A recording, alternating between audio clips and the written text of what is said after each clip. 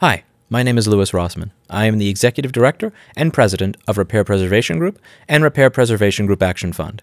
Repair Preservation Group is a 501c3 organization that seeks to educate people on the topic of right to repair. It seeks to help people by teaching them how to do repairs, whether it's do-it-yourselfers or professional repair shops, to be able to perform repairs that they otherwise wouldn't have been able to do. And it seeks to ensure that repair is an option for people into the future.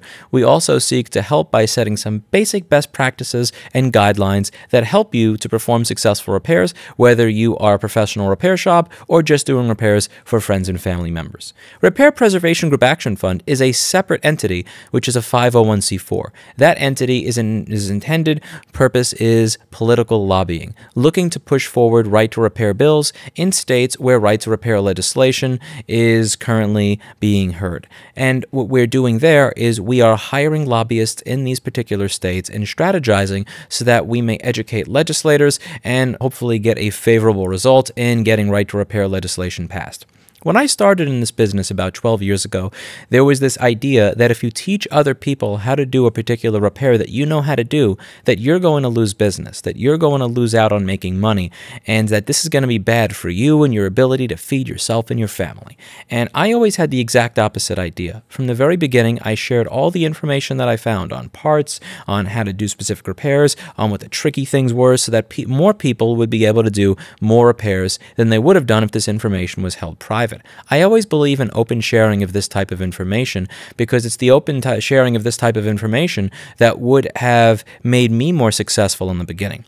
I understand that I rode a razor's edge to success, and I want to make sure that more people are able to be successful in this industry. So what I do is I share all of the information that I learn and I make it available publicly for all to see. And that's what I'm looking to do with Repair Preservation Group. And I'm looking to recruit help in doing this. So one of my projects is over here at repair.wiki. This is a website where we share all types of repair information, and I have put up a ton of guides on this site that show you how to do some fairly difficult repairs. So what I've done here is I've logged a lot of different case reports where I list problems on the left and the potential solutions on the right. And I've done this for almost every single MacBook Pro model there is for about the past 8 or 10 years.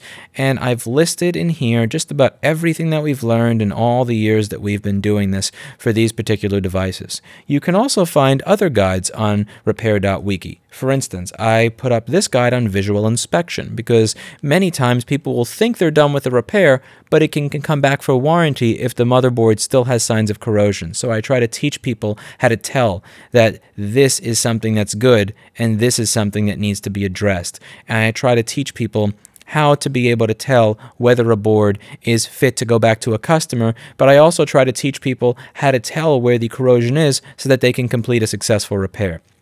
We also teach you how to use tools like an ultrasonic cleaner. Many people who are engaged in this industry will use an ultrasonic cleaner incorrectly, and when they use it incorrectly, they will damage the board and take a board that otherwise would have been fixable and make it unfixable. So we go over procedures here on how to use an ultrasonic cleaner properly to ensure that you don't do any damage to the board. What I'm asking from all of you is that you would contribute to this vision of making this type of information available freely to all. Repair Preservation Group is seeking to solicit more case reports from people who have done the type of repairs that I do on a number of different devices.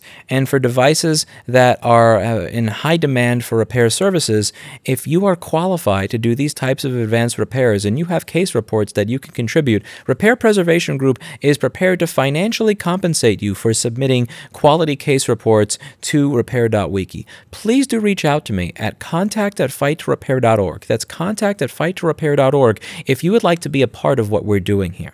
Also, if you are running a repair shop and you run a repair shop that is run in a successful manner where your procedures are proper and you're able to deal with your customers in a good way and it is sustainable and it is something that is manageable without an owner having to be there all the time, we are also looking to provide resources to repair shops shops to help them be better business people. And we are also willing to financially compensate people who are open to contributing to documentation that helps people run better repair shops. I believe that we are all better and stronger together than we are if we each all hold and hoard the information just for ourselves.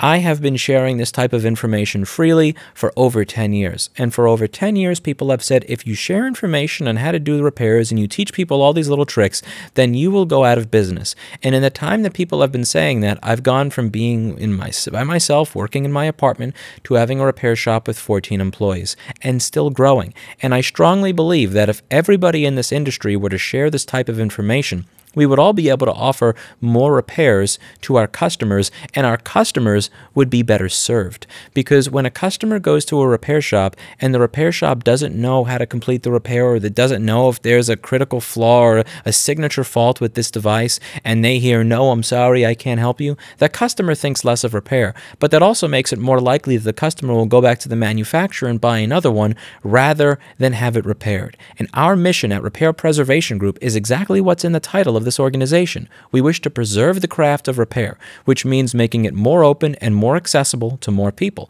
which means ensuring that the information is out there so that more repair shops are able to complete more different types of repairs. And if that is the case, that means that every repair shop will be able to make a little bit more money rather than every repair shop losing out, as is the common thought process when it comes to sharing information openly. And there's something that's really amazing when you have someone walk in and they're about to have a heart attack because they think they made a $3,000 or a $5,000 mistake, and you're able to tell them it's just this one thing, it'll be $50 or $75 or $200 or free or whatever it is that repair shop seeks to charge. When you see the look on the customer's face and you can tell that they're relieved and thank God, that is what makes being in the repair industry worthwhile. And I want to ensure that this is something that continues forward for as many people as humanly possible. So my email is contact@fighttorepair.org.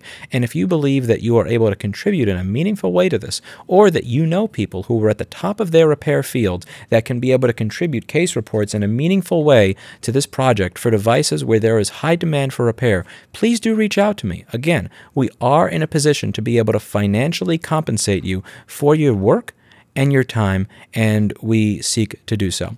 The 501c3 Repair Preservation Group has already received a very kind and generous grant as of a few months ago that was planned about last year, and this is separate from the 501c4, which will be doing political lobbying. That's it for today, and as always, I hope you learned something, and I hope to hear from you soon. Thank you very much.